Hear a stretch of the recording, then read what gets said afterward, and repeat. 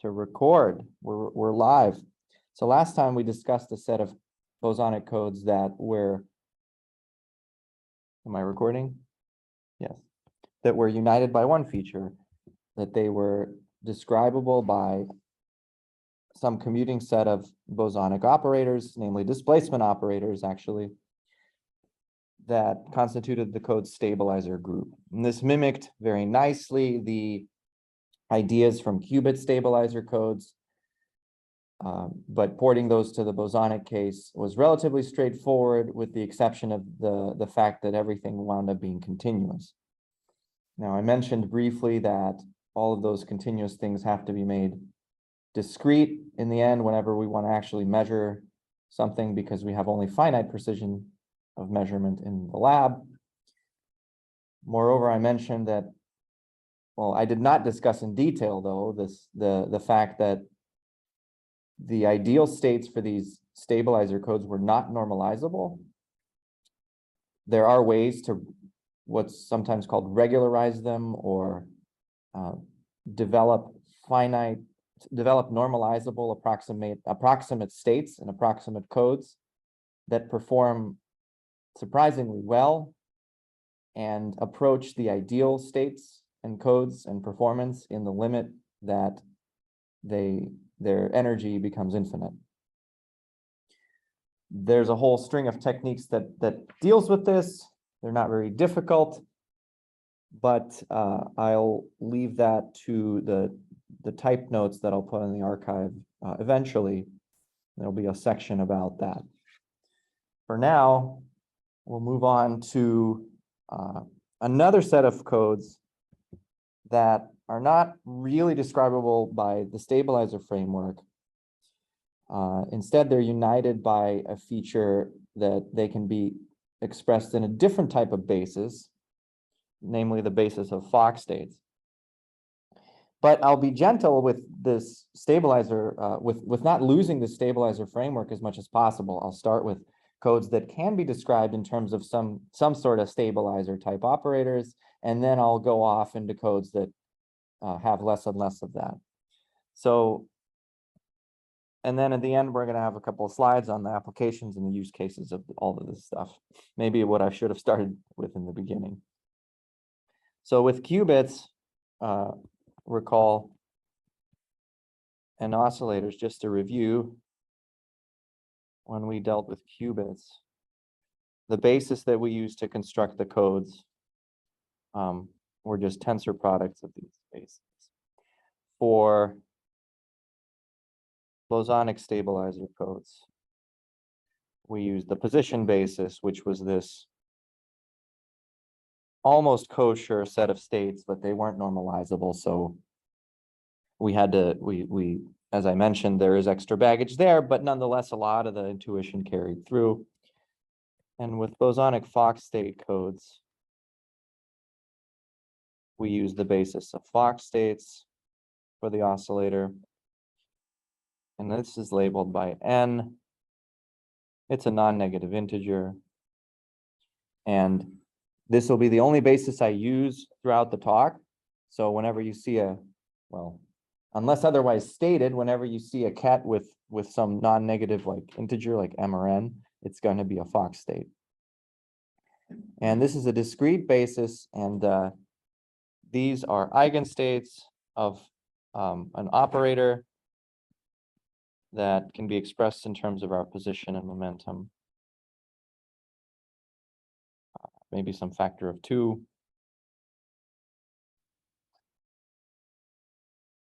Maybe even that.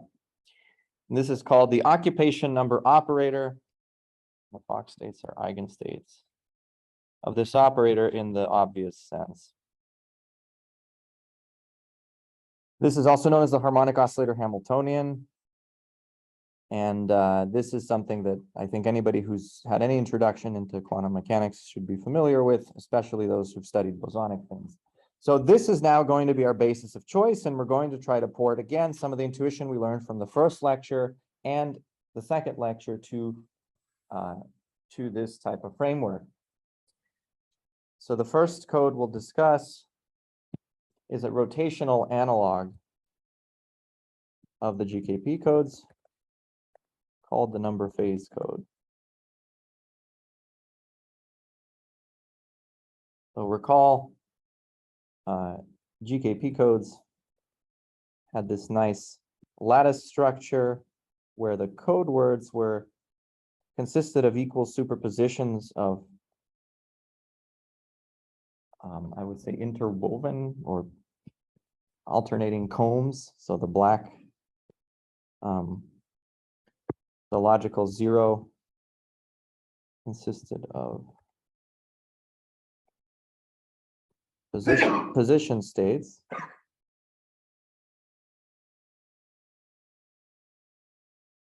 And with the black balls, logical 1 consisted of position states that were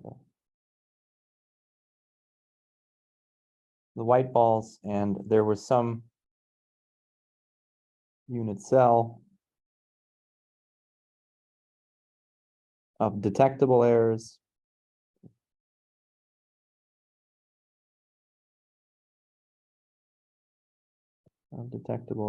And another one, a smaller one, correctable errors. And they're very straightforward extension, originally mentioned in the GKP paper, but not investigated in much detail, is the fact that you could wrap this line, you could impose periodic boundary conditions on this line, and you obtain the Hilbert space of a particle in a ring, and you could likewise do this type of structure there. So, for example, you can consider just dispersing 3 black balls and 3 white balls in different angles of this particle on a ring. Pi over 3, 2 pi over 3.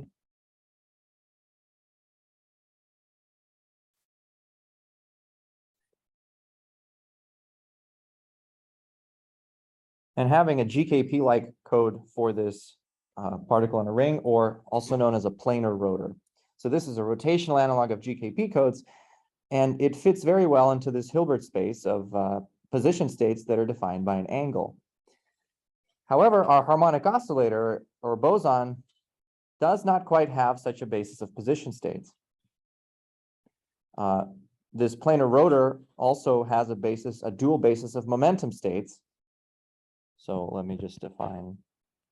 Angular position states are characterized by phi being an angle, and momentum states of this rotor are, because of this position space is compact, they are in fact integers labeled. So in the oscillator case, we have continuous non-compact position and continuous non-compact momentum related by a Fourier transform. Here we have a continuous but compact position, non-compact but non-continuous momentum, discrete momentum related by a Fourier series. And we don't have quite this structure in an oscillator. We have it in this planar rotor. But how can we port some of this structure, and how can we thereby attain some of the correction that these GKP codes have to the oscillator? Well, we can in fact do this, and we can construct the number phase codes.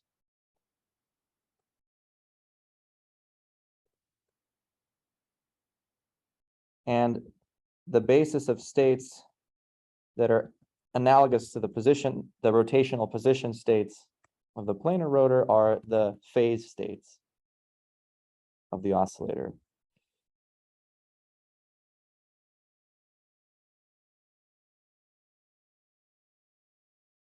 And these will be rotor states. These are defined to be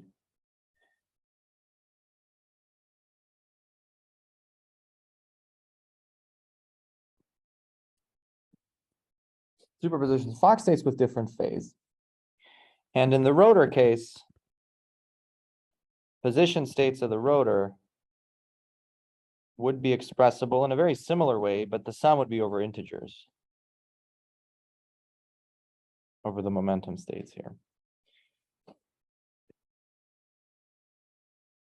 However, now in the case of the oscillator, our Fock states are playing the role of the momentum, and we don't have any negative Fock states.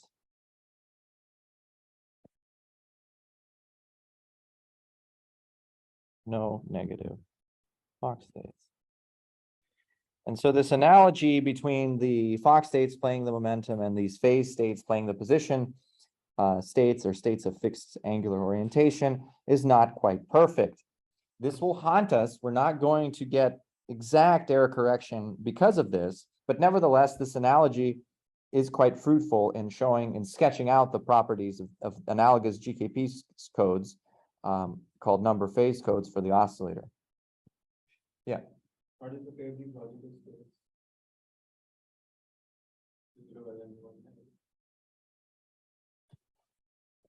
So just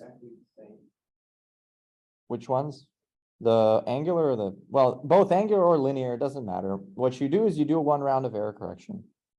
For any sort of code, a round of error correction, as we discussed in the first lecture, and generalizations thereof for other codes, maps you back into the code space. So you can be anywhere outside and you'll get back in. Will you get back in with a mixed state or a pure state? That depends, but you'll get back in there. And so the tricks of encoding properly is cooking up things that get you to the pure state in the logical subspace that you want to get to, starting with some state that you have at your disposal. And this is sort of the art of encoding. And that part I don't want to get into here because it's out of the scope. Yes? The X is an element of, that's underneath each summation. That doesn't say zero, that says that. Oh, sorry. That's what that, yeah. That's a black dot, sorry, yeah, just to clarify. So this type of structure of interwoven black and white dots is useful for both angular and linear degrees of freedom. In fact, it's useful for other spaces like Lie groups. If you think of a Lie group as a manifold, it's some potato. And you can also put balls, black and white balls around that potato in a way that uses group theory. And the same type of error correction applies. You have some sort of unit cell. It's called a Voronoi cell in the general case of correctable position shifts. You have a similar, and then you have one that's one for detectable, one for correctable. Okay. No more questions? Okay. So logical states are for the number phase codes. Call it N-P for number phase. In general, they can be defined for arbitrary n, capital N, where capital N just denotes the number of balls of each type.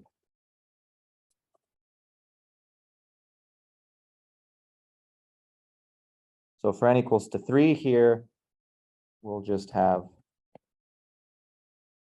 explicitly writing the phase states.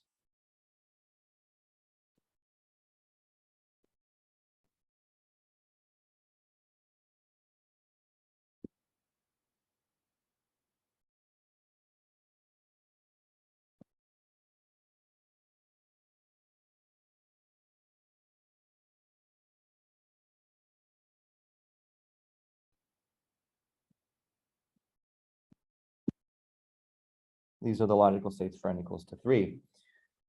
So what do these protect against?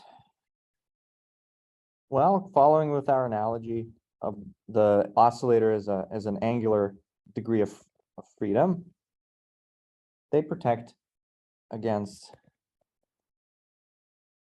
angular rotation. So these are operators that should change or rotate the phi of the phase state, just like an angular rotation would rotate a point on the circle.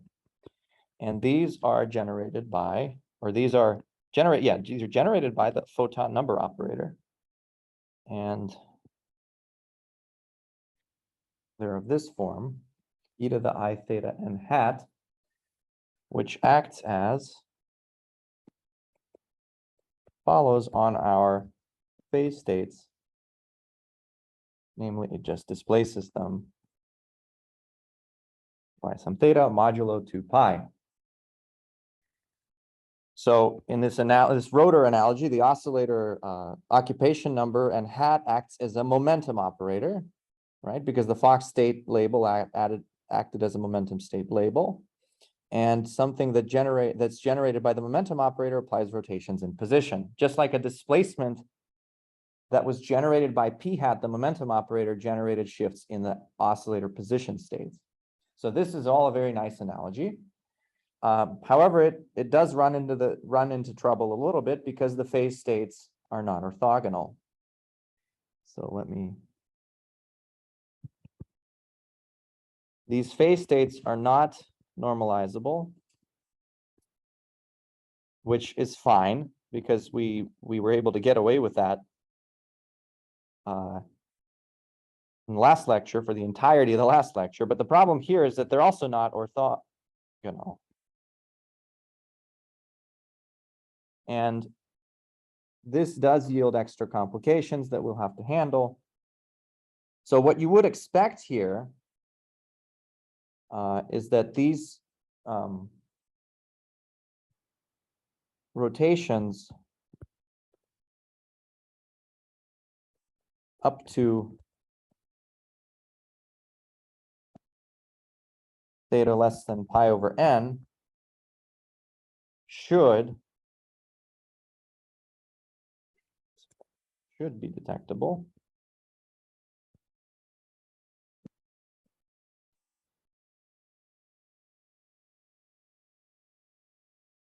And rotations up to pi over 2n should be correctable.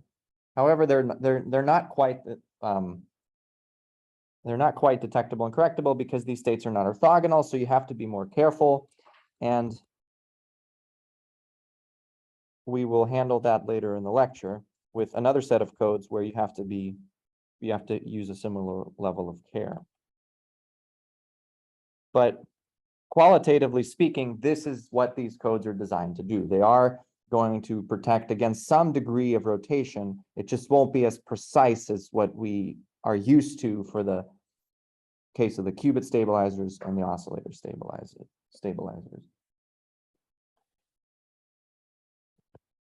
So I guess the word protect should also be used in quotes. And this is sort of delves into a little bit into approximate error correction, which is this art of cooking up codes that maybe sacrifice some of the exact error correcting power for codes that might actually might never even protect against a single error, but the level of violation of protection is so small that it's a small price to pay because such codes can be actually more powerful against errors that exact codes are not able to protect against at all. Yeah. What's the advantage of having n greater than 1?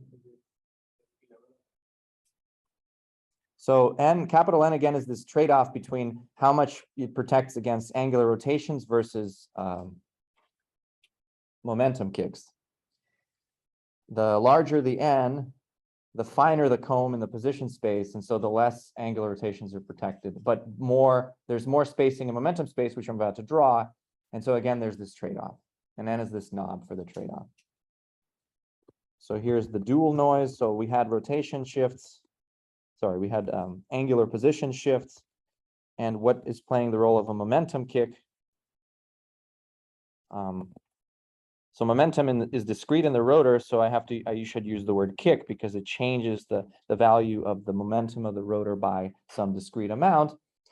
And the momentum kicks are things that shift the Fock-state label, namely what is acting as the pseudo momentum here. So let me rewrite the states in the Fock-state basis. If we superimpose the basis elements such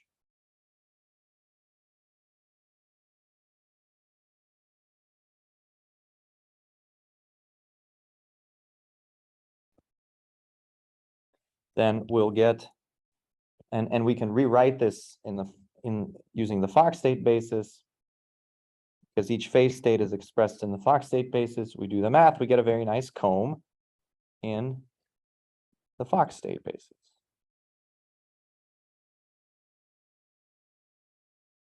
Do this for the other state. We get another comb in the Fock-state basis, but this time, in fact, let me change the index here so that it might be more clear.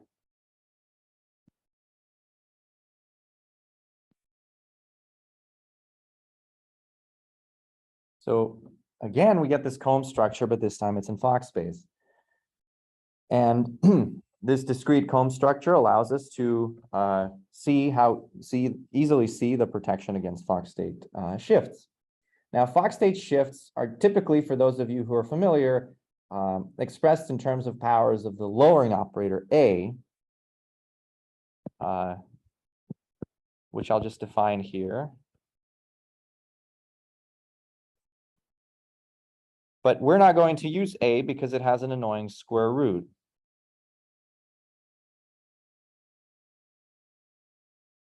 Okay. We're going to use something else called the phase operator. And its powers of products of this phase operator are, to my knowledge, the closest analogy to a momentum kick operator that we can have in the oscillator. So the momentum kicks we're going to use, or the represent momentum kicks by this operator, E sub L. And this is just the same thing as some powers of either A or a dagger, which is the adjoint of that, of A, without the square root. So for L, this is a momentum kick, and L denotes how many momenta it's kicked. So for any positive momentum, it's just going to take our Fock state N, going to add L momenta, momenta units to it. And likewise, for L less than 0, it's going to take something that had extra L momentum units and it's going to subtract them off.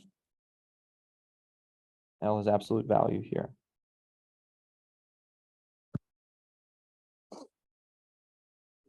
Yeah. How does the 6 appear in the success? 6 is 2 capital N.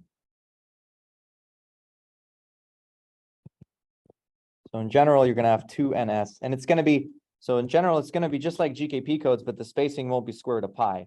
Here it'll be N times 2S in general, and N times 2S plus 1.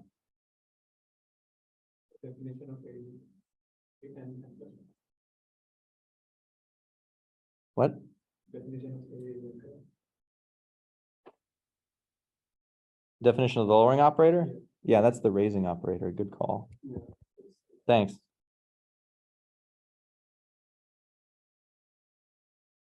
And this thing can be expressed in terms of the raising operator times some normalizing factor that gets rid of the square root, this E sub L operator. Let me see if I can find the expression. Yeah, so E minus 1, which is just E dagger of 1, is 1 over root of this 1 times A. And this is the part that gets rid of the square root factor. Okay, so this is the analog of momentum kicks I'm going to use. And in fact, the momentum kicks that this protects against are straightforward. Kicks up to, in general, N minus 1 up to L. Let's do kicks with L up to N minus 1. Detectable. And up to N minus 1 over 2 floor. Correctable. So I hope that it's obvious to see why, because again, as soon as you apply a kick that doesn't shift you by more than n, you go into a different subspace of Fock states. So that's an error space, so the error is detectable, right?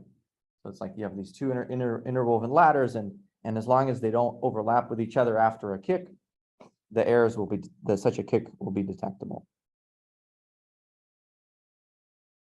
Okay. So there's also a generalization here of stabilizers.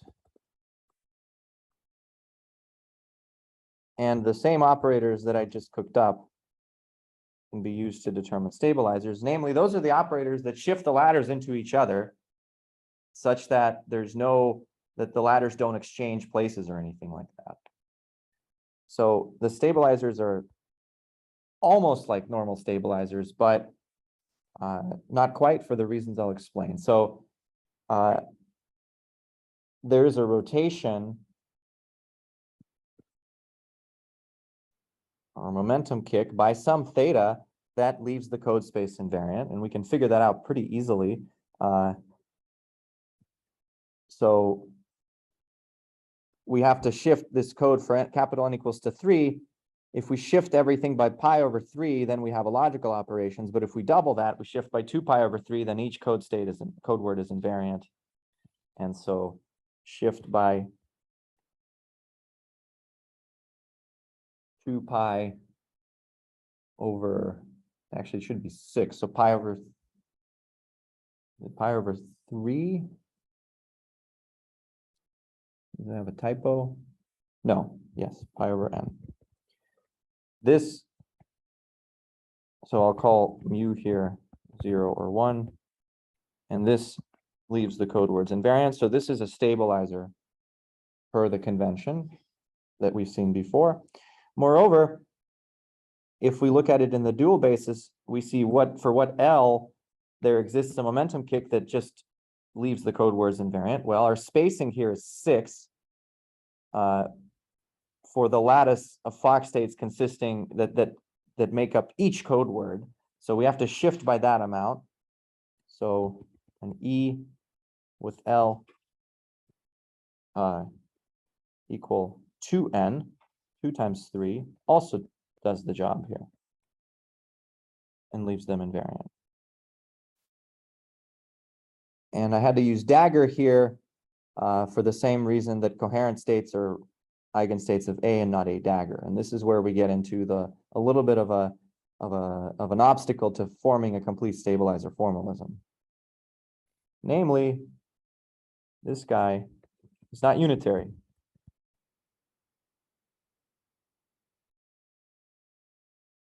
And the reason being is the same as this Hilbert's hotel thing. So if you try to take one of the two is not, so E dagger E or E dagger is not identity. Let's see. E dagger E is not equal to identity. However, it does admit a set of right eigenstates. So that's good. And the phase states are precisely right eigenstates of this phase operator. So it's not unitary, so we don't have a stabilizer group per se, because group requires inverses, but we do have this set of stabilizer generators, quote unquote, that whose joint +1 right eigenspace is indeed the code space of states that we defined above, the number of phase codes. And this is great because even though it's not unitary, what do we get along here for this? We get a way to define the code. We get our error syndromes, okay? Stabilizers give us error syndrome labels. So, and there's 2 error syndromes because there's 2 types of noise. One is measuring where we shifted in the angle. So one is the modular phase. So again, it's a modular thing because we can't, if we do a measurement of the precise phase on this fake circle of phase states will collapse our logical superposition because it's a superposition of 3 states. So we have to know but we have to know some information about the phase because we have to know what the rotation was that was applied to our code. And so what we wind up doing is generalizing the modular position to the angular degree of freedom, which is a modular phase. So this is theta mod 2 pi over n. And so effectively, we are measuring the eigenvalues corresponding to the right eigenstates of this E dagger operator. This is a procedure that actually has been well known since the, I don't remember, 70s by famous people like Holivo and others that have actually established that the phase states are indeed the closest analog of what you would, the basis of states that you would try to measure a rotation by some angle generated by this n hat. So this is actually a pretty one of the oldest things that I'm reviewing in my 3 lectures, despite not maybe being as intuitive as you might think in the context of the oscillator. And the other thing, of course, just like modular momentum, in the oscillator stabilizer case, we have a modular number operator, occupation number. And this thing will give us the Fock-state number n modulo either capital N or capital 2n. 2n. The code states, easiest to see when they're in the plus minus basis, they're supported on Fock-states that whose Fock-state label is 0 modulo 2n, right? Let's see. They're supported on 0, 2n, 4n, and one logical is supported on n, 3n, 5n, and yes, should be n. Right. Yeah. It's easy error operator. So these specific E's are stabilizers, but in general, there's a basis of error operators that are in general a combination of some rotation and some E for some L. Just like displacements can be used, just like Pauli strings, products of powers of Pauli strings can be used to express any qubit error, products of powers of displacements can be used to express any oscillator error and are useful for stabilizer codes. Products of powers of a rotation and a phase operator can be used to express any physical noise, any trace class operators in the oscillator as well. So while last lecture was like a translational code lecture, this is sort of a rotational code lecture, and this is how often these codes are interpreted. But some of these error operators don't do anything on the code, and those are the stabilizers, and those are those specific operators we defined here. And these stabilizers are the eigenvalues of these stabilizers are what we measure to obtain our syndromes, just like we always did in the qubit case. So there's a continuum of syndromes here for this guy, and these syndromes make up the modular phase. And there's a discrete number of syndromes for this guy, and you can see that clearly here, because if you put n hat, if you put all the different values of n hat, there's only capital N different roots of unity that will yield an eigenvalue of this operator, and those precisely represent our modular number. How you can? So this is the information that we need to extract out of our code space using ancillas and C-naughts and whatnot, and this gives you information about the errors. And then once we know this information, we can then apply a correction operation that takes us back into the code space. So the stabilizers here are not Hermitian.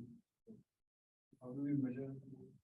Right, so the modular phase measurement is measured in this, is a POVM measured in this basis of phase states.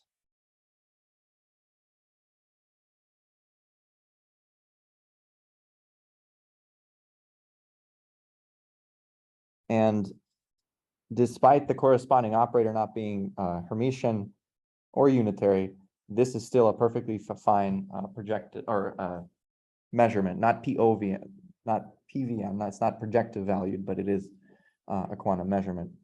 So remember, we never had Hermitian operators ever. We had unitary operators. We had stabilizers, right? Right, we had Pauli X and. Okay, those were also Hermitian, right? So that was fair game. For the displacement operators, I don't know, you can measure the sine, you can measure the cosine. You can, it's a phase, right? So you can do phase estimation.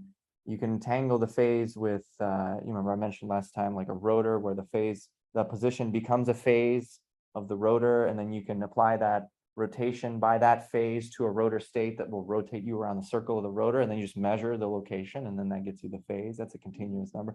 If you have a big enough Hilbert space, you can get you can map it to the right position of a state in the Hilbert space. If you don't have a big enough Hilbert space, you can start extracting it bit by bit. There's all sorts of art here that I don't want to, get into too much detail, but it's possible in other ways. Modular number is probably the easiest thing that we've seen in the lectures because there's literally just capital N outcomes. So you just need an ancilla of capital N dimensions, right? And so this is finally for the, since I covered qubit stabilizers, this is finally the first finite dimensional ancilla that you would need to uniquely measure this thing. And so this actually offers a gateway to performing good experiments because capital N equal to 2 is an ancilla that people often have handy in their experiments. And this indeed is what's been happening for some of these codes that I'm about to describe. This modular number measurement has in fact been performed for N equal to 2 in an experiment as far back as 2014. Because, sorry, N equals 1, because that requires just 2 different outcomes. Oh, sorry, N equals 2. This just measures the parity of the oscillator, and this is something that's become the workhorse for the superconducting qubit experiments and as well as for the superconducting qubit experiments because of the way the physics there are structured.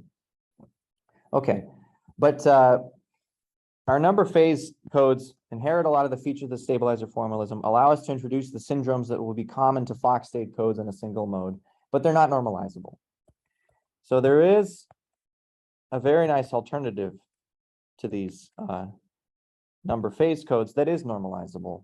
And the way I think of this alternative is that it takes the fundamental ingredient in these phase codes and substitutes with an ingredient that is indeed normalizable. So it keeps the phase nature, the angular nature of these things as best as it can, but it substitutes the underlying state with this almost the same superposition, but now with something that has coefficients that allows the state to be normalized.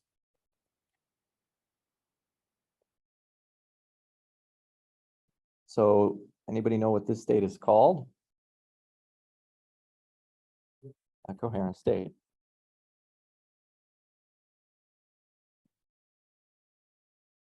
And let me just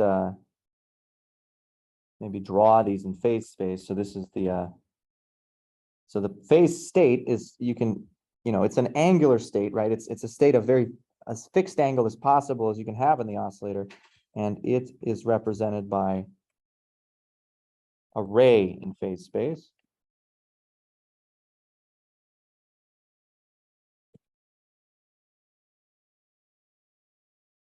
If you plot its like Wigner function, angle phi. And a coherent state is a Gaussian blob in phase space. Again, represented by an angle phi, but now there's a radial degree of freedom that is represented by this alpha.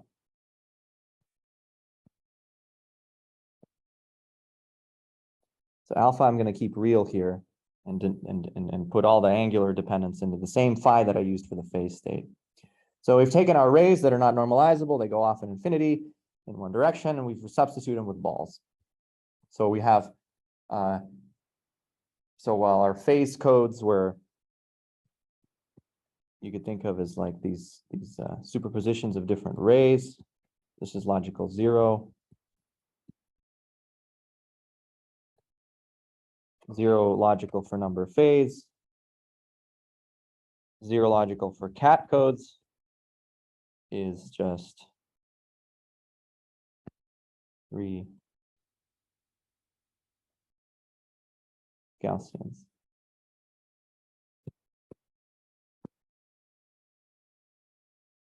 So what do these codes inherit? Well, they're not quite as localized in the phase, so we have to be even more careful with them, and we'll get to that in a bit, but they do inherit the same structure as the number phase codes in terms of the Fock-state spacing. Why? Because all we've done is just change the coefficient, but when we do the superposition of the plus minus states, we get the same type of Fock-state spacing as before. And so these also can detect kicks, certain momentum kicks that don't map the code words into each other.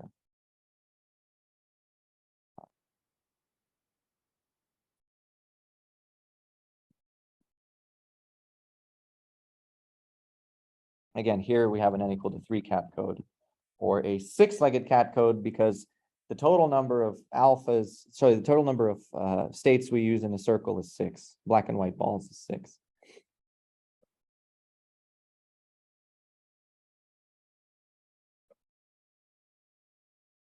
What about rotations? So for rotations, as I mentioned before, we have to be more careful.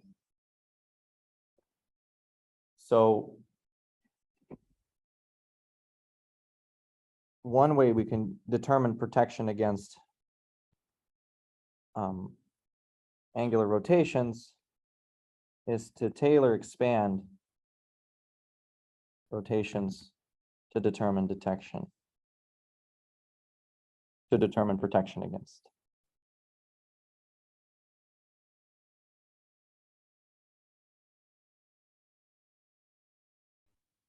We do that as follows. I think we can all handle this. And then apply error correction conditions. Now we go back to lecture 1.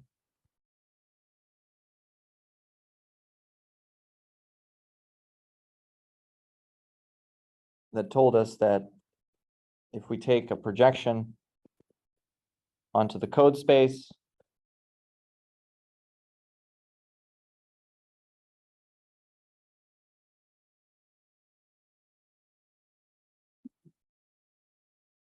and we try to project an error into the code space, the error better not cause a logical gate. The error, first of all, the error better take us out of the code space, because then we'll get 0 here. That'll be great. But say we don't get 0, the error doesn't take us out, like it's a stabilizer. Well, then the error better not do anything that to our code space in terms of manipulating the logical information. And so the worst possible, so the only case that matches this is that the error just produces an identity on the code space, which is namely the projection on the code space, up to some overall scaling constant. And the error we're going to try to understand here is the error stemming from this rotation, whose infinitesimal version is often called a dephasing error. Because in the physics context, this has to do with a cavity frequency fluctuating, thereby causing dephasing in the Fock-state basis.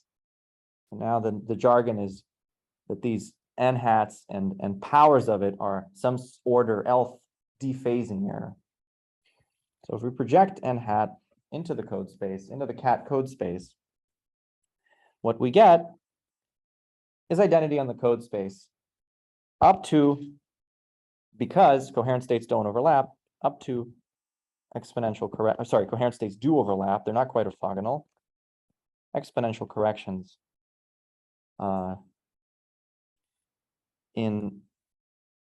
namely up to a logical gate that performs some logical operation within the code space, but that operation, the amplitude of that operation gets diminished to 0 very quickly with alpha.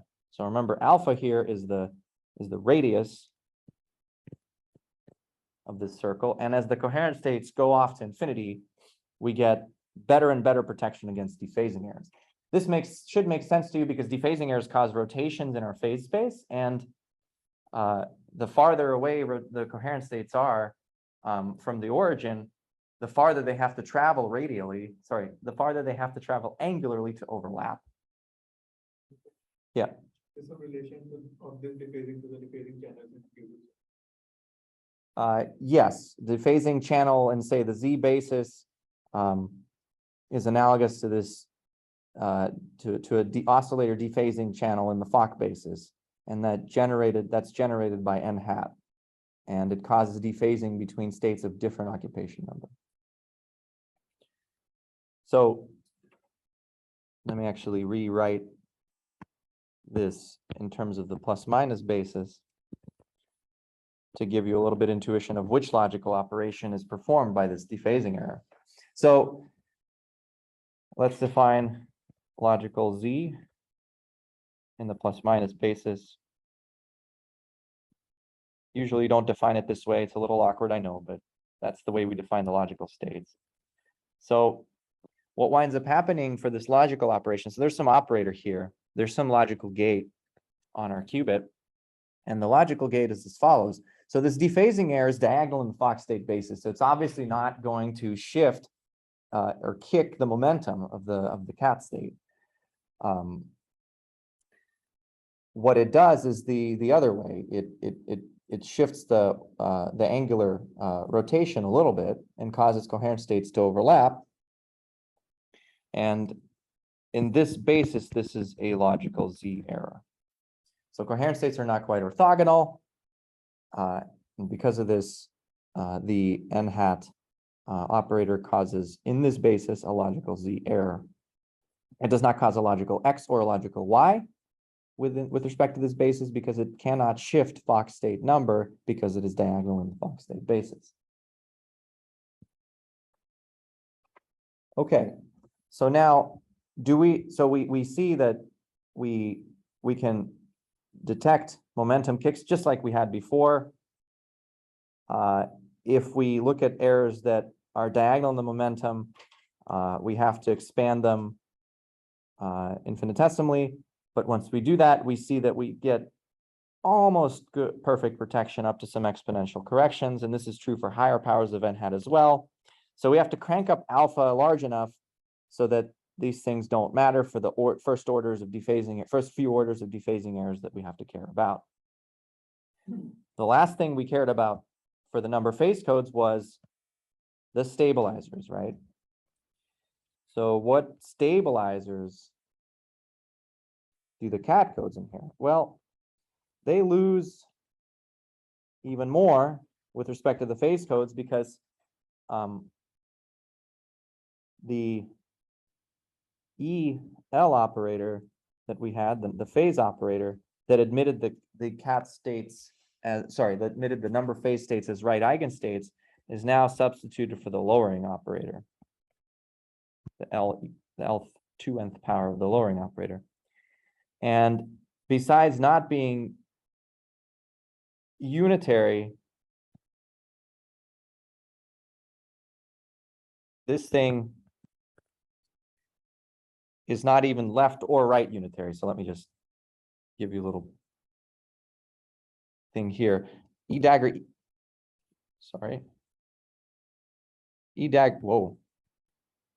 was identity, but E dagger was, E dagger E was not identity, but E dagger was.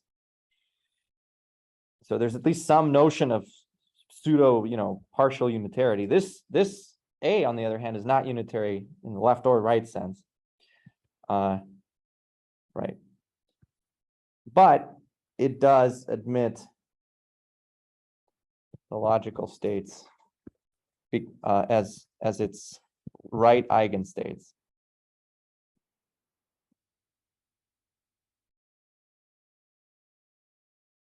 With eigenvalue alpha to the 2n. And the reason being is these logical states consist of superpositions of coherent states. Coherent states are right eigenstates of A, and the superposition of coherent states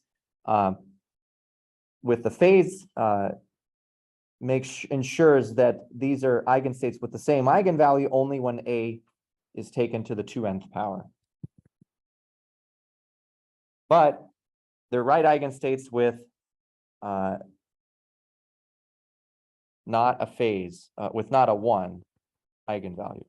So this breaks the stabilizer formalism. So it's not a stabilizer by the convention of stabilizers because there's this extra alpha here. Of course, you can normalize the A by alpha if you feel like it, but you know, the magic isn't there anymore. However, the upside of this is that this does allow you to use passive error correction, because this actually makes contact with, again, another ancient scheme from quantum optics using a Lindblad operator.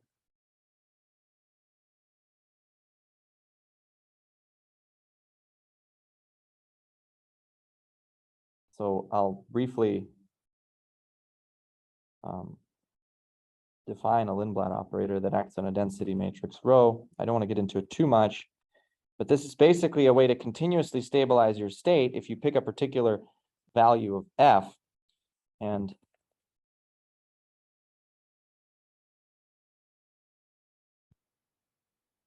the f here is just A to the 2n minus alpha to the 2n. So this is actually called multiphoton absorption in quantum optics. And the n equal to 1 case has been stabilized in microwave cavities. And this is what's called an open quantum system. And in the infinite time limit under the evolution of the system, you are driven into the code space spanned by the two logical states for n equal to 1.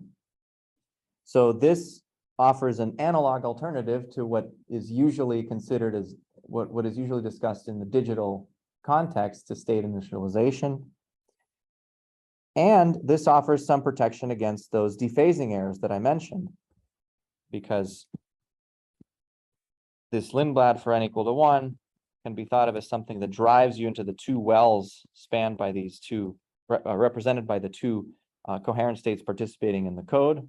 For n equals to 1, there's only 2 of them.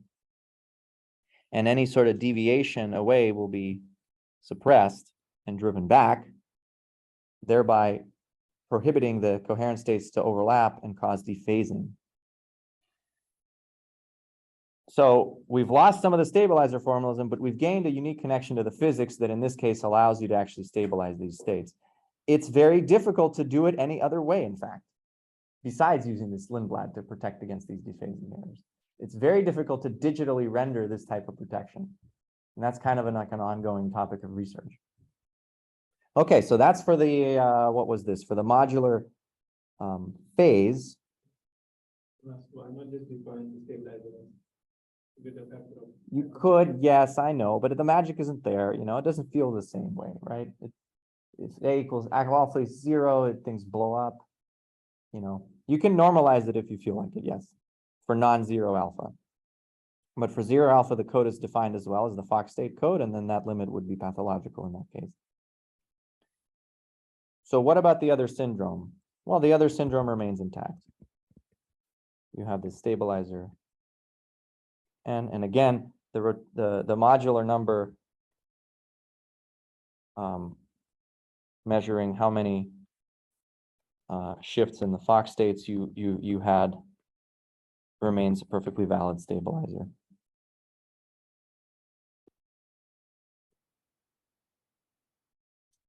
And the n equal to 1 case, we have a factor of 2 here that's missing. No, yeah, I don't. N equal to 2 case has been realized. This is called the parity measurement. Is your Fock-state even or odd?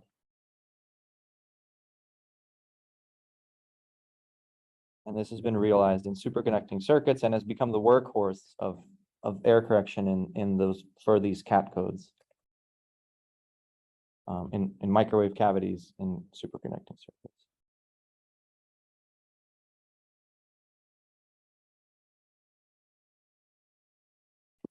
I should mention actually that GKP states from Tuesday's lecture were also realized in trapped ions. Okay, so let's go even more digital. We've taken our number phase states, we've regularized them with these coherent states, and now there's another set of codes that basically go fully digital in the Fock space. And these I'll start. This is why this class of codes is the reason I call everything a Fock-state code. And here I'll just briefly mention these. You basically, the logical states of a simple binomial code now consist of truncated expansions in the Fock bases, namely finite numbers of Fock states participate in the logical states. In the number phase and in the coherent states, we had an expansion of infinite numbers of Fock states for each code word. Now we just have, in this case, 1 or 2. And so what do these codes protect against? Well, again, they do have Fock-state spacing. And again, that means they yield modular number operator as a stabilizer, as something that admits the +1 eigenspace, these states as their +1 eigenvalue eigenstates.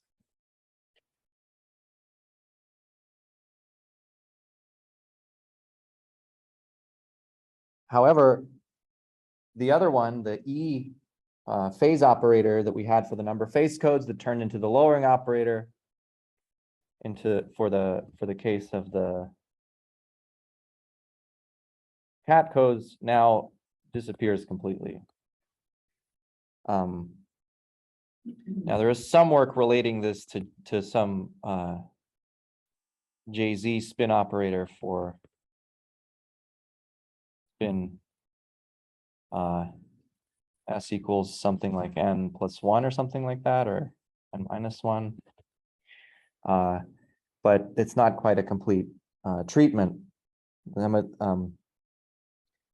So here we lose completely this Lindblad stabilization that we had for the cat codes, but we do gain something that maybe renders these a little bit more realizable in some sense, namely a finite Fock-state expansion for each state. Moreover, these are customizable. So they're fully digital because they protect against some particular order of dephasing.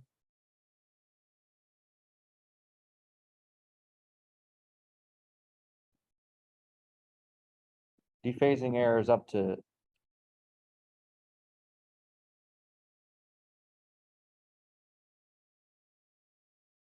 and which are powers of n. Let's call it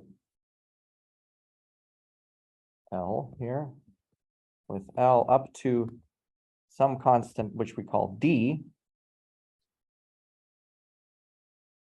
and momentum kicks, which we can and also protect against kicks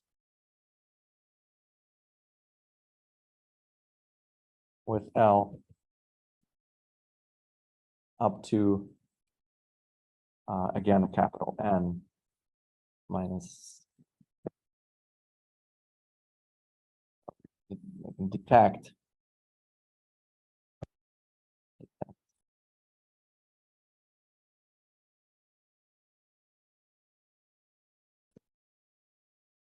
I should have been using absolute value for L because we care about kicks in each direction. So there's these two parameters that these codes have in general, and for this case, B equaled N equal 1. Sorry, N equal D equal 1 and N equal to 2. So I gave you the simple instance of this code, but in general, this code consists of some finite superpositions of Fock states with binomial square roots of binomial coefficients that depend on N and D. And the binomial coefficients ensure that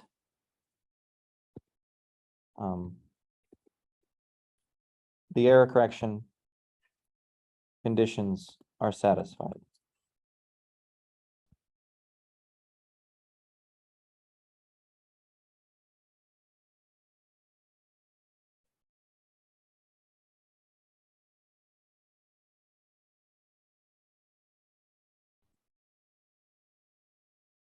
Any questions? No, clear?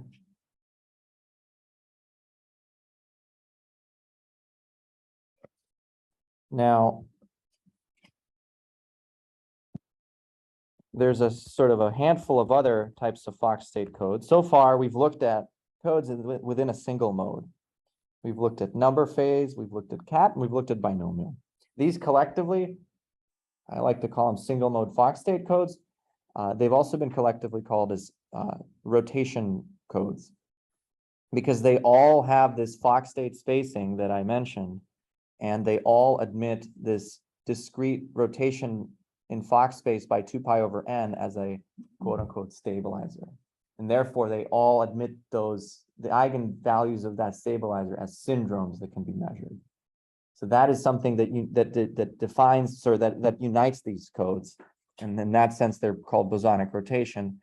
However, there are more general codes in the multimode space, encoding a logical qubit in multiple modes, that maybe don't admit a similar type of elegant behavior under specific rotations, but nevertheless do have a spacing in the Fock-state basis that allows you to detect errors that change the Fock-state label.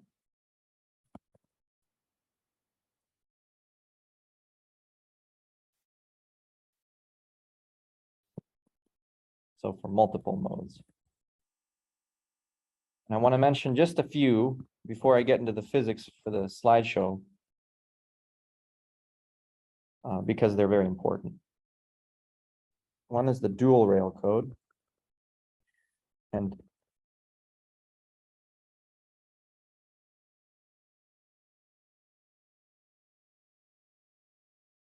its logical states are, it's a 2-mode code.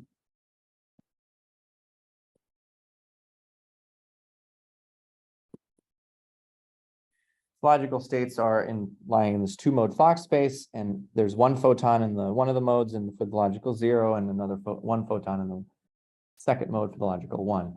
Very simple code. But because it's so simple, it only detects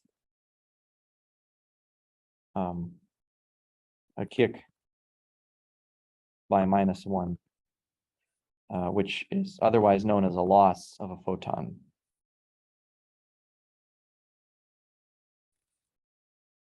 So if you lose a photon here in the first mode, then 0 logical will go to 0, 0 Fock state, which will be what's called the vacuum. And if you can detect, and that's an error you can detect, because one logical disappears completely, it's annihilated by such a loss operator. So you basically have this nice ladder of Fock states. I'll go one level higher. And your loss, which just maps you down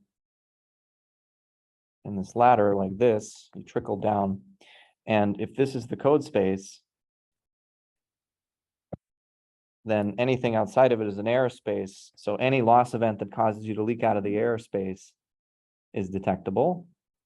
And so this one single loss is detectable. This dual rail code was proposed early on, a little less than 20 years ago, as a an extra level of redundancy for codes that utilize in optical cavities for error correction and quantum computation in optical cavities.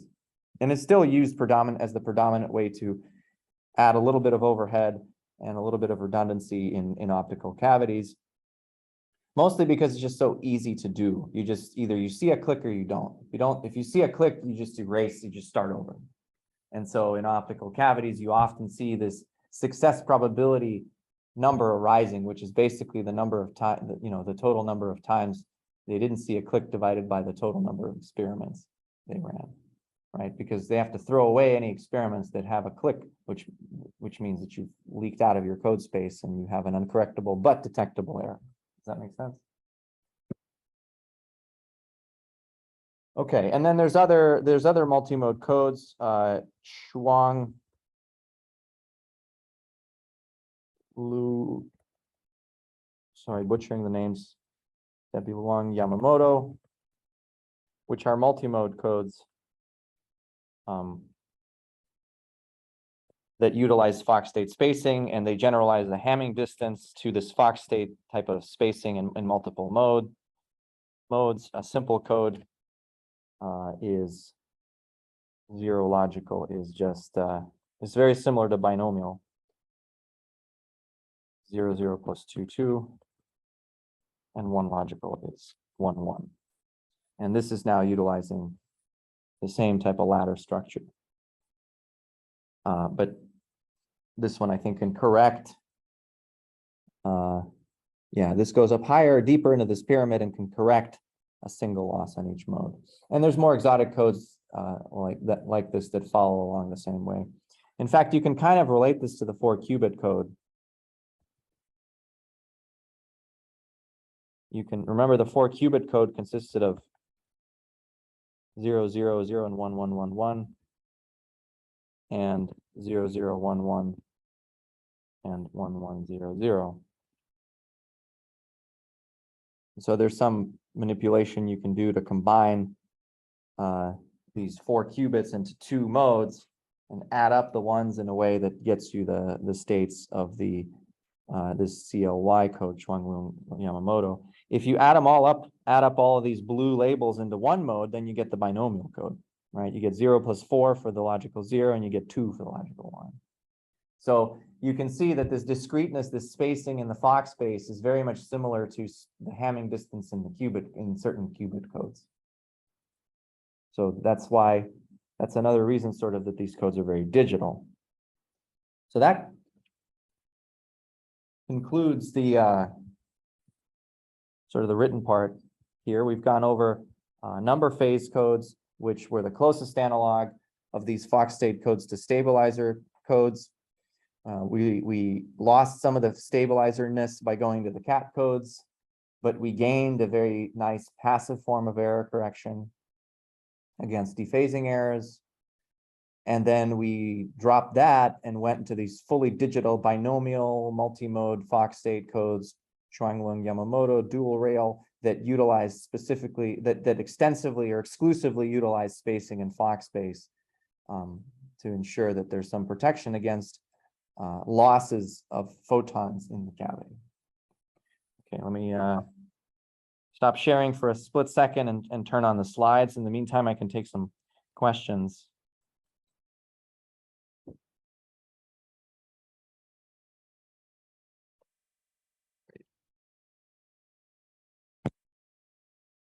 Can't detach my screen, so I have to do this without detaching it. Give me a second.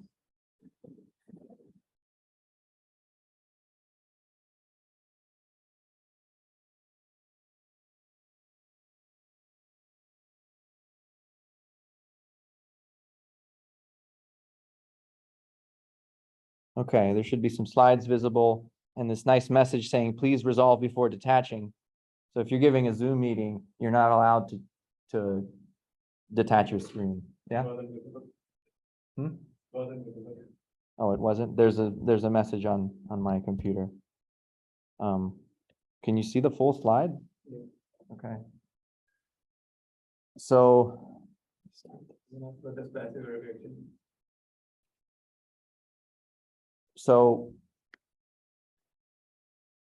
error correction consists of rounds of error of correction, of detecting some sort of syndrome, extracting information, partial information about where you are in the physical space, and then applying a correction operation conditional on the outcome.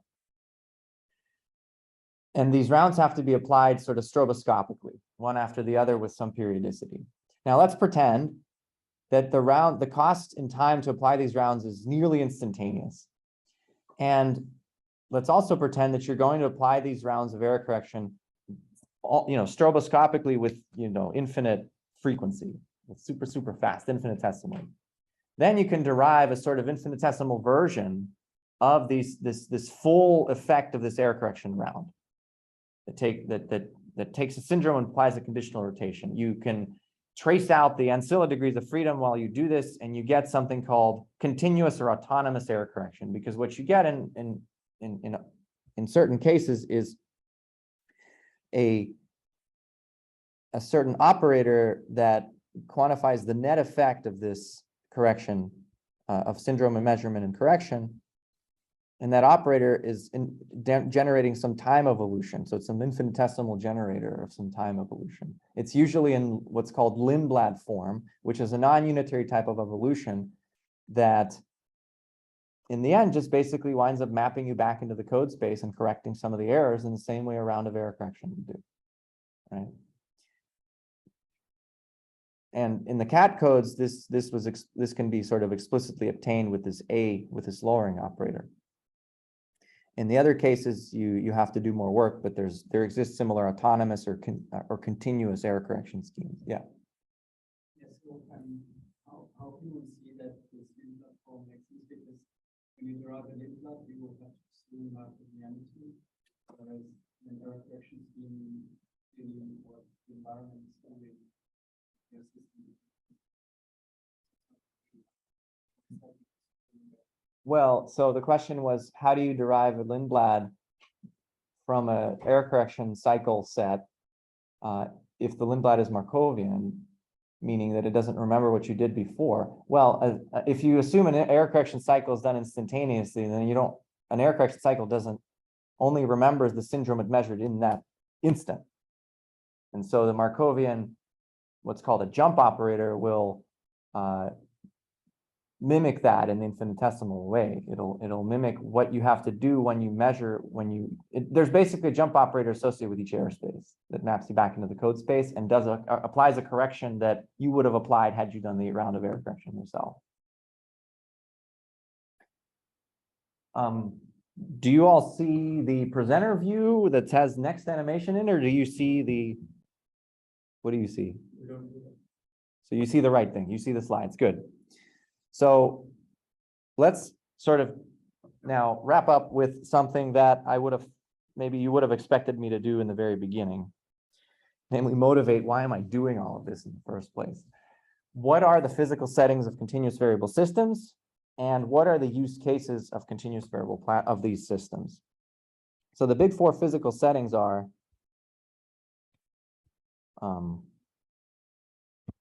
how do you go to the next slide? There. Microwave cavities and superconducting circuits. I already mentioned this. Motional degrees of trapped ions. I briefly mentioned these realized GKP codes. Optical fibers and cavities.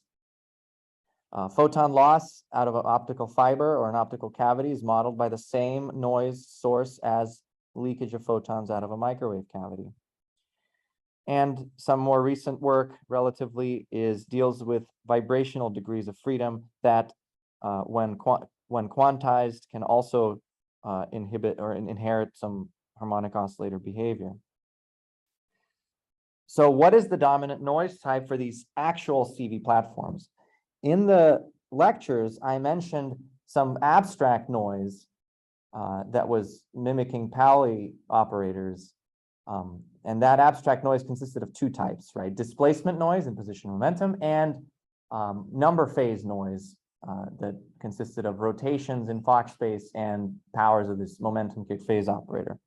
But what happens in a real system? So in a real system, you have some noise. There's a noise channel, right? That's applied when you send something through this optical fiber or stored in a cavity. This channel can be written in a mathematical form called Krauss form. And just to spit everything out, throw the kitchen sink, here's the Krauss form for the 3 types of dominant noise operators. The red one, the first one, is loss, and this you should think of as something that is very similar to momentum kicks, powers of this phase operator. However, the powers are only along one side. You have only A and not A dagger. So what's more dominant in a very low temperature quantum system is leakage of photons or phonons out of it versus addition of photons and photons, because the latter requires energy. The second one, and dephasing, or DEPH, is proportional to powers of the dephasing operator, this n hat. It's diagonal in the Fock space basis, but it induces dephasing between different Fock states because different Fock states have different eigenvalue of n hat.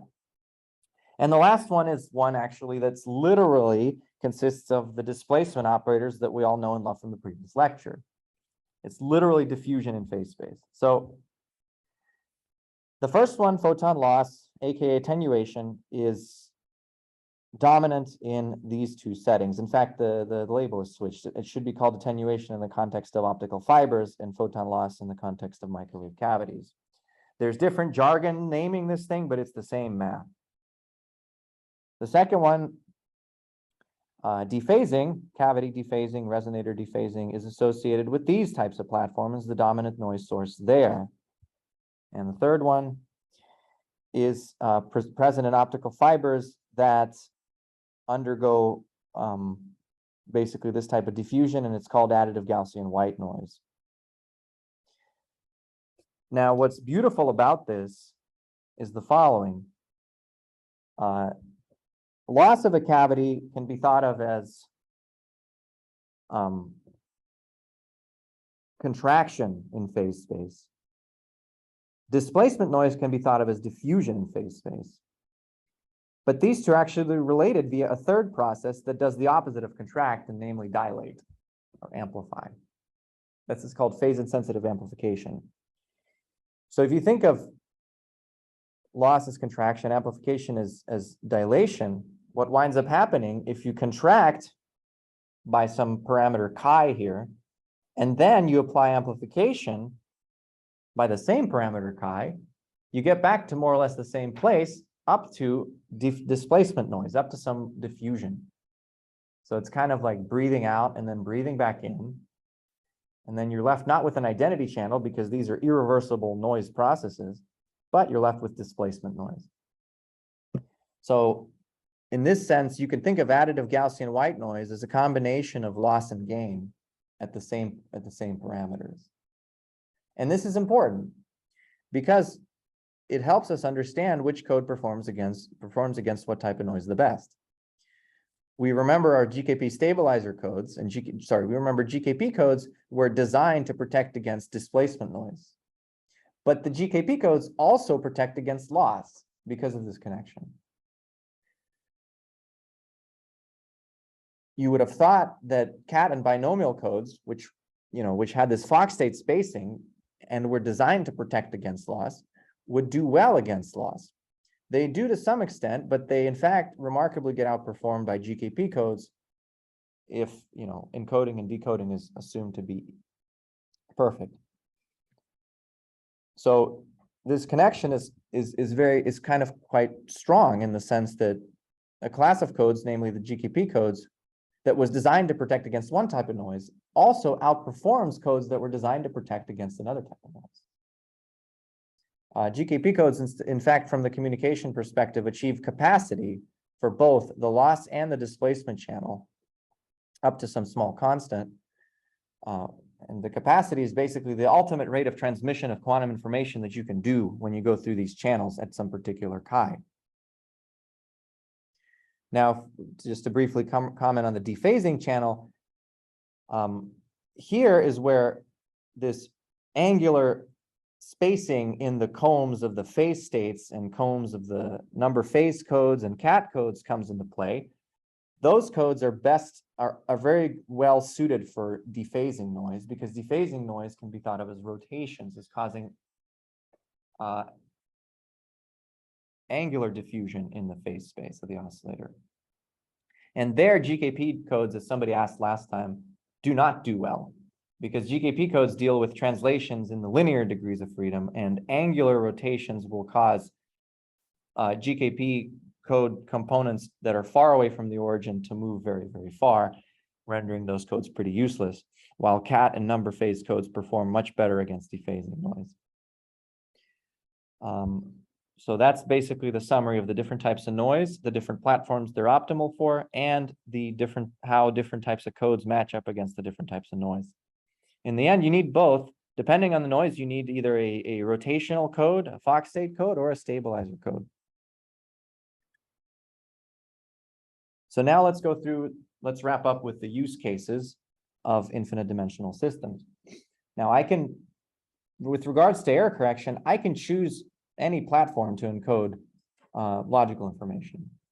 I can choose a qubit-based platform and use, say, the surface code or some qubit stabilizer code, or I can encode in a bosonic degree of freedom. But is there any benefit to encoding in bosonic degrees of freedom? Why should I pick them over others, right? I've told you how to do this encoding, but I never told you the why, right?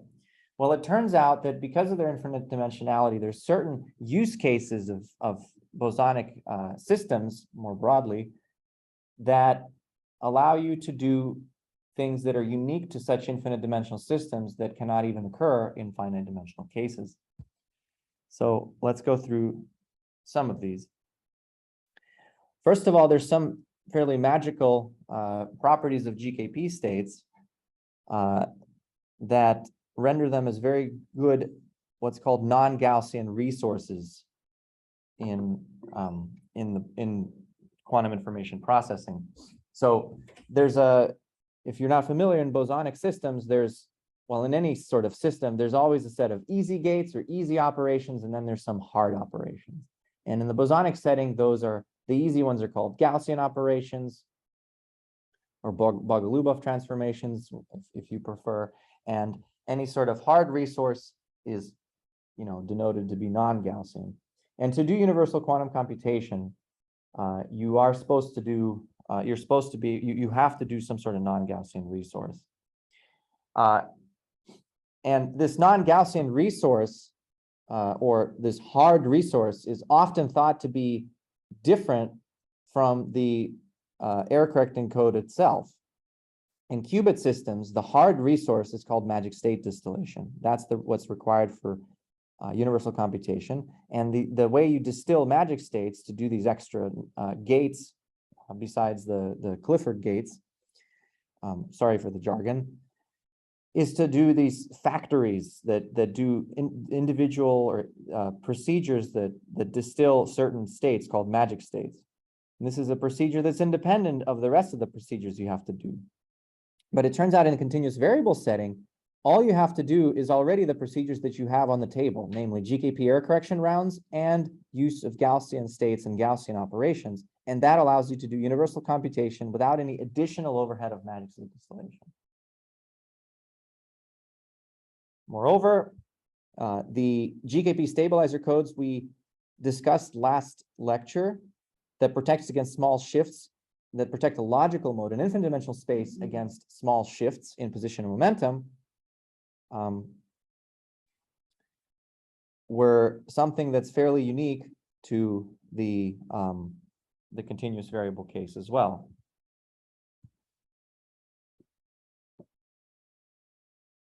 Now, in the qubit setting, there's another sort of easy set of gates that are naturally tolerant to errors, called fault-tolerant gates, that are called transversal gates. These are gates that can be expressed as tensor products of unitary operations acting on each qubit or each region of qubits. And such gates are nice because of their tensor product form. If you apply a multi-qubit gate in tensor product form on some logical encodings, because each component of it acts only on a specific region of qubits in the tensor product, any error acting in that region won't spread too much past that region. So these gates are called transversal.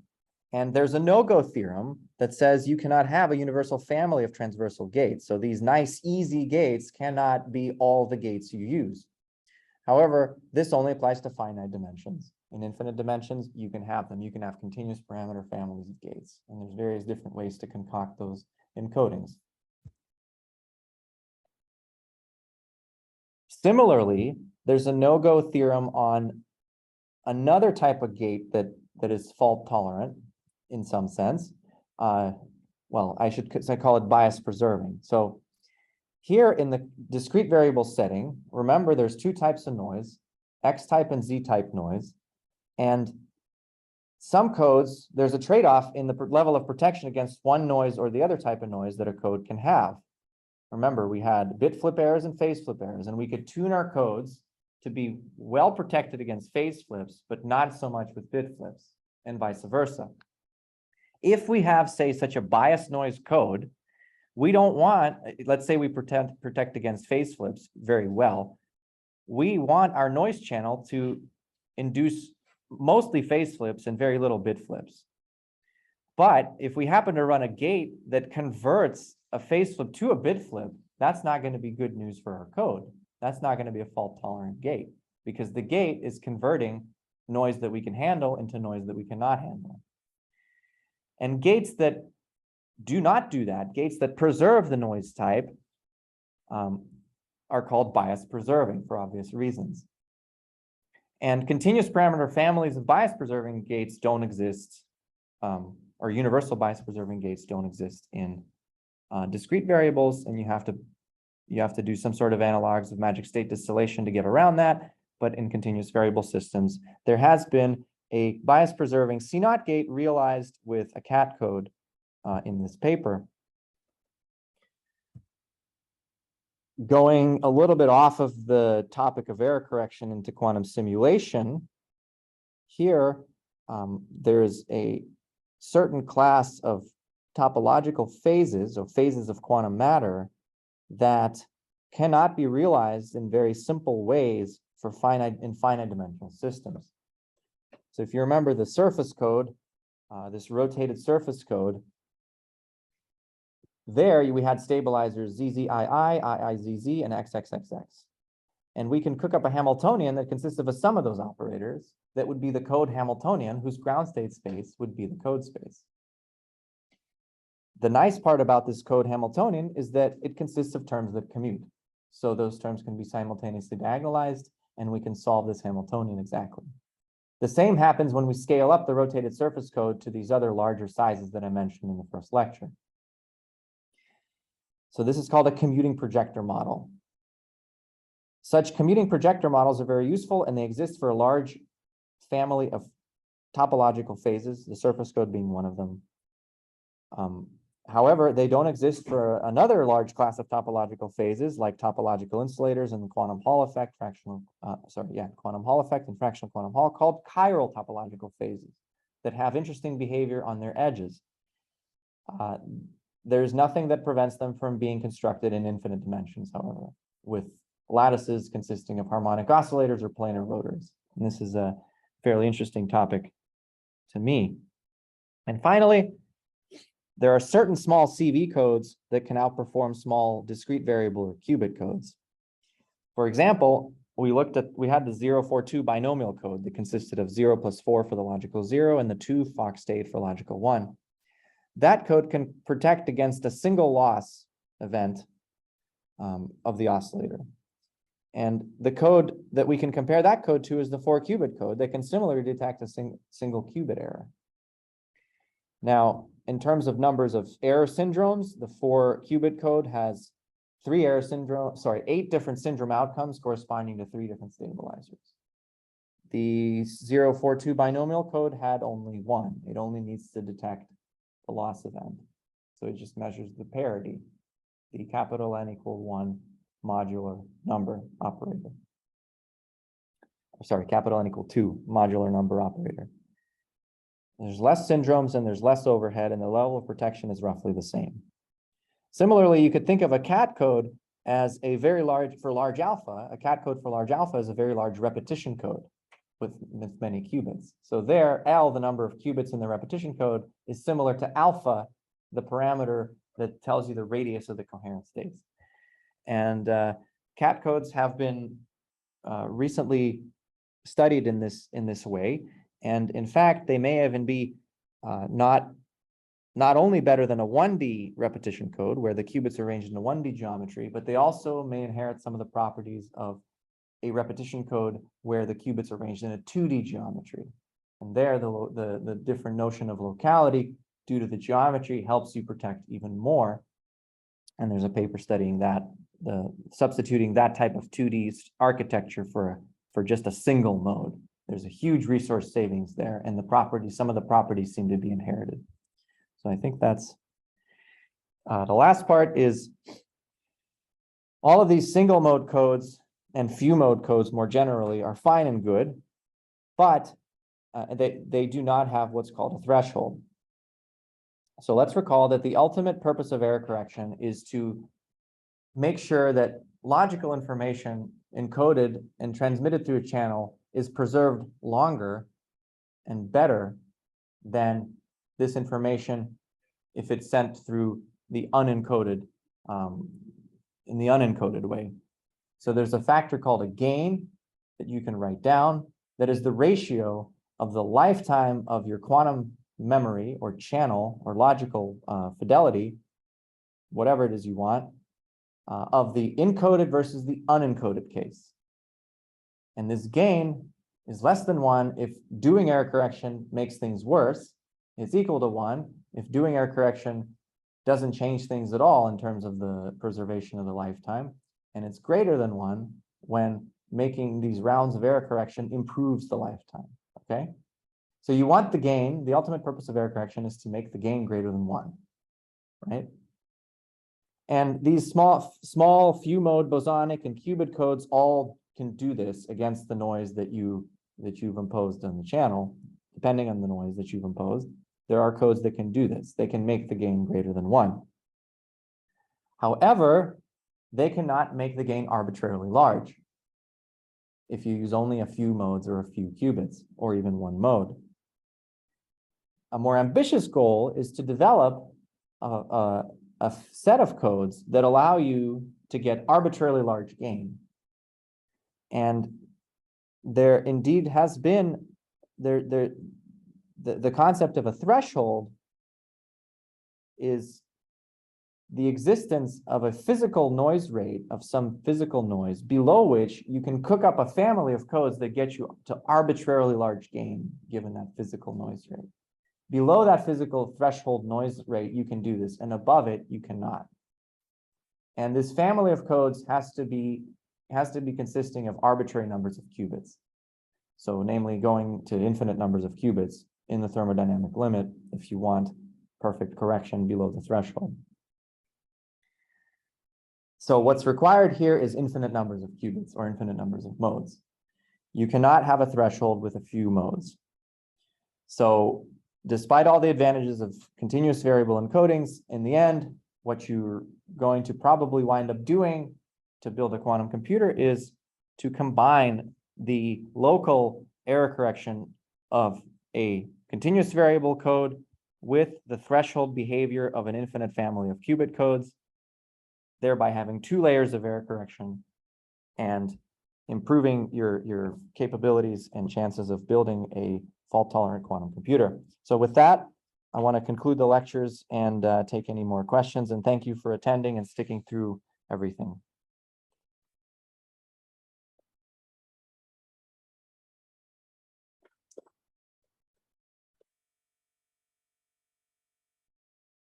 Yeah.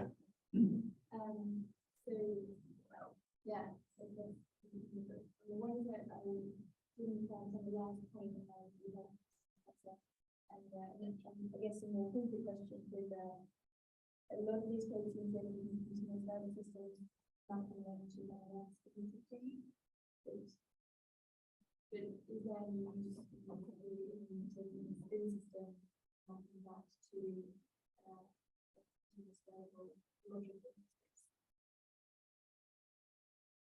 So there's a lot of questions, I think, in that. The first is you want me to go over the threshold point again? I would quite like to.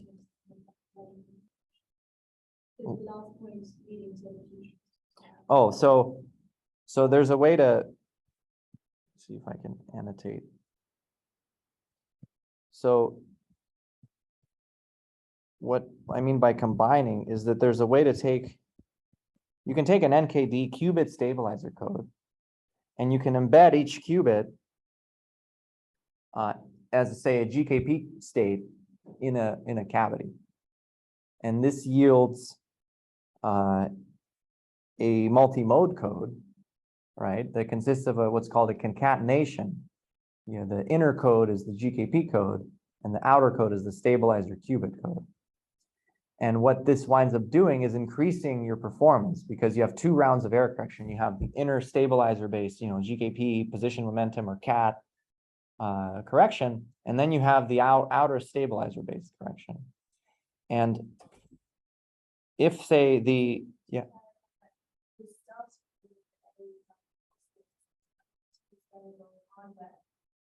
Yeah. Yeah.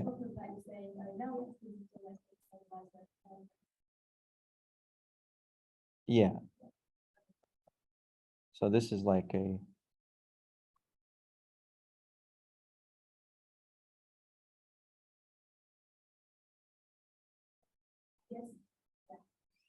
It's going to take about a minute for this to load. I've already finished writing, but. So you have a GKP qubit at each point here in space, and you concatenate those further in a stabilizer error correction code. And this increases the performance of the stabilizer error correction code.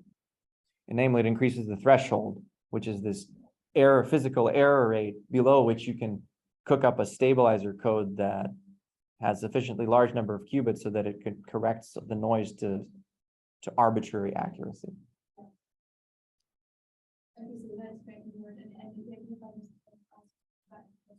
Yeah, so you had a spin system. You're saying, where was the spin system connection that you noticed? The Fock-states? No, there is no connection. It's a separate question. It's basically here we're going from hardware which has natively variable systems, but what about if you want to start from spin hardware? Hardware which does not have a system, is there any use? So the question is there any use for continuous variable codes? Yeah. So the question was, if you have, say, a system like a nuclear or hyperfine manifold that embeds a large spin, or can be thought of as a large spin. No. Just want to start with good velocities for qubits, then what's the future there? And will there be, So you're saying, do some of these continuous variable concepts translate to qubits? Yeah.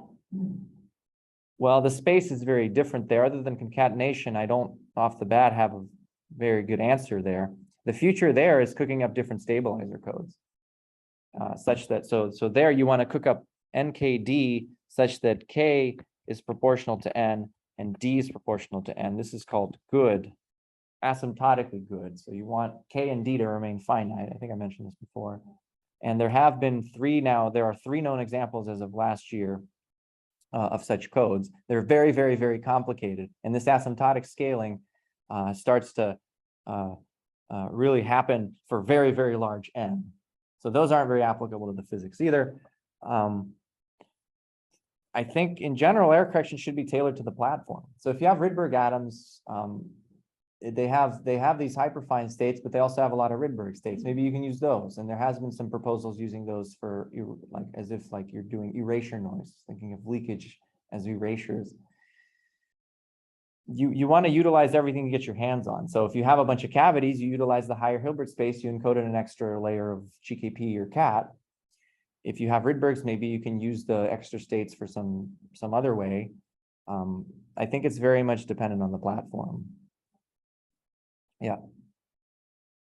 Sort of related question is, how do all of these photonic probes perform if you have a cutoff for the Fock-state number, let's say, if it's not Yeah. How the question was, how do these bosonic codes perform if you have a cutoff in the Fock state, if you can't go to infinite. So it depends on the cutoff. If the cutoff is large enough, remember the coherent states, for example, they have very short tails. Their tails are decreasing sort of as a square root of a, or as like a factorial, right? And so there, if your cutoff is sufficiently larger than alpha, you're basically fitting more or less the full state.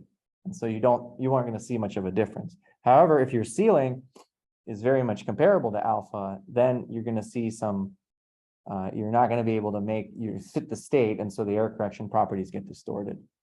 This happens a little bit more in the case of GKP codes because their distributions of moments of the occupation number have much larger tails. They're like a thermal state distributed occupation number versus Poisson distributed for the coherent state case. So there you have to utilize larger Hilbert space if you want GKP codes to do well. And so you need finer levels of control there. But the benefit is pretty big because GKP codes have been approaching unity gain in the microwave cavity platform and should be even going beyond it in a paper that should be coming out. Or at least this type of result was discussed at the March meeting this March.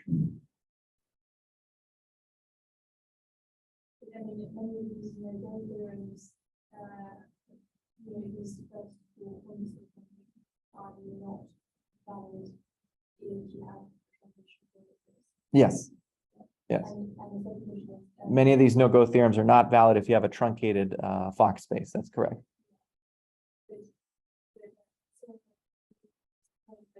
Reasonable for continuous variable systems and logical continuous variable systems. So if you were to take a continuous variable system and then use a QB code and then you do a stabilizer code for that, then you're using logical string qubits, logical qubits, and you can no longer do continuous bound phase or. Yeah, good call. Right. There is no restriction from being able to do continuous families of transversal gates in infinite dimensions, but you're not going to be able to do that for every code. So if you do a concatenation of a GKP or a CAT with a stabilizer code, probably you're not gonna get such gates there. You have to do more exotic encodings. Question, Chad. Yeah. Can you describe how typical GKP and qubit concatenation will work in GKP? Can you describe how difficult?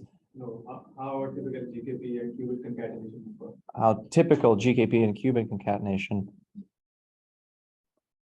Well, so you do, whoa.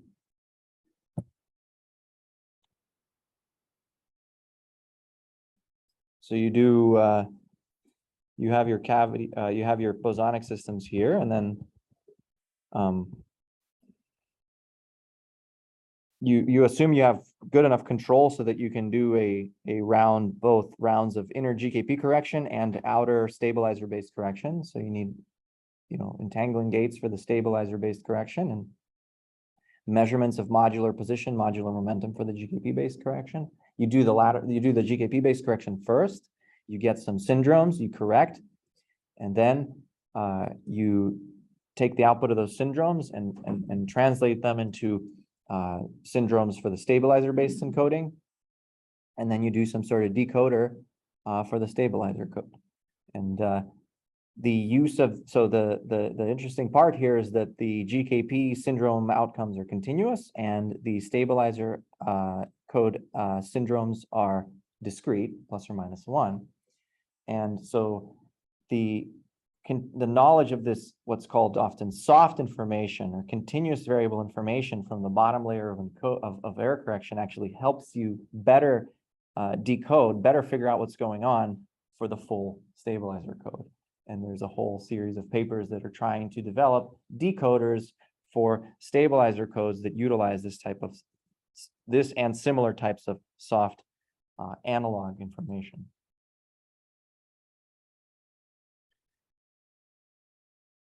Yeah. I have a question with regards to this facility question. You were mentioning people are also doing CVs in in optical time.